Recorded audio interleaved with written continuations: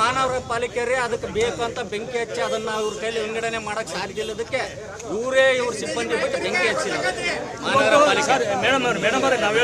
ಪಾಲಿಕೆಯರೇ ಬೆಂಕಿ ಹಚ್ಚಿದ್ದಾರೆ. ಅತ್ಯಂತ ಶಾಂತ ರೀತಿಯಿಂದ ಪಕ್ಕಕ್ಕೆ ಹಳ್ಳರಿ ವ್ಯವಸ್ಥೆ ಮಾಡಲಿಲ್ಲ. ಇದುವರೆಗೆ ರೈತರಿಗೆ ಆಗಿರೋ ಕಷ್ಟ ಏನು ತೊಂದ್ರೆ ಏನಂತ ಯಾವ ಬದಿಕರನ್ನ ಬಂದು ನೋಡಿರ?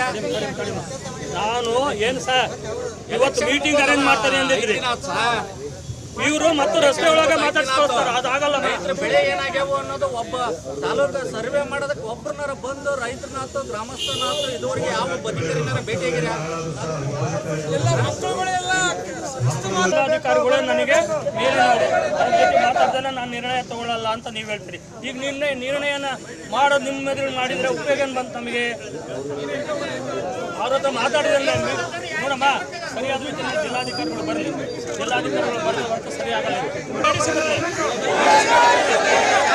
ಅವ್ರು ಮೇಡಮ್ ಎಡಿಸಿ ಬರಲಿ.